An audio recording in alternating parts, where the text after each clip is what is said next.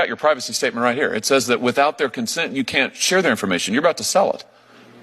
Senator, that consent is, essentially for, not real. Not share for research purposes, and we are not selling it for research purposes. So when you tell the consumer, give us your personal information and we'll take money from you, and we won't give it to anybody without your consent, it's not real. It just means, maybe kind of depends on the day. Senator, I will say that our customers' data is their own. They have the right at all times to access that information. They can edit it. Well, sure they can, but you're about to sell it to who knows who. They can't control it. You said to Senator Moody that consumers have complete control of their data. Complete. How can they have complete control if you're about to sell it without their consent? Senator, they can delete that data anytime up until the sale and after. Oh, okay. They can delete the data. Have you fixed the ability of customers to go on your website and delete it? Because right after you announced your sale, your deletion page went down. I hold in my hand here an article from the Wall Street Journal. 23andMe site goes down as customers struggle to delete their data. Can they even get onto your site to delete their data?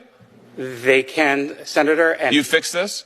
That was an issue that, yes, we fixed immediately after. It's up and running now? Customers can go on? Customers can go on and they can delete their data. What happens when they go onto your site to delete their data? When a customer logs into their account at 23andMe, they go to their settings page, and there's a section there where just click delete my data. It confirms that they want to delete their data, and it's deleted automatically. Is that true? Let's take a look. Okay. When they go onto your page, they get an opportunity. It says permanently delete the data. So they click the button that says permanently delete the data, and then they get a notification that says your account is no longer accessible. How do they know if they can't access their account anymore? How do they know their data's been deleted? Because we send them a notification that their information has been deleted. You send it once, and how long does that take? Our policies state that, we will delete their data within 30 days, and in most cases, it is automatic and happens much quickly. And when you delete it, it's deleted. It's gone forever. All the genetic data is deleted forever, and yes. Really? Because that's not what your privacy statement says in the fine print. Let's read it. What your statement says is, we retain personal information for as long as necessary to provide the services and fill the transactions you have requested, to comply with our legal obligations, resolve disputes, enforce agreements, etc., etc. And then it goes on, 23andMe and or our contracted genotyping laboratory will retain your genetic information even if you choose to delete your account. Senator, 23andMe, it does not retain any genetic information regarding the consumer once they delete their account. We do. It says right here that you will retain genetic information, including date of birth and sex, even if you choose to delete your account. This is your privacy policy. I'm just quoting from it.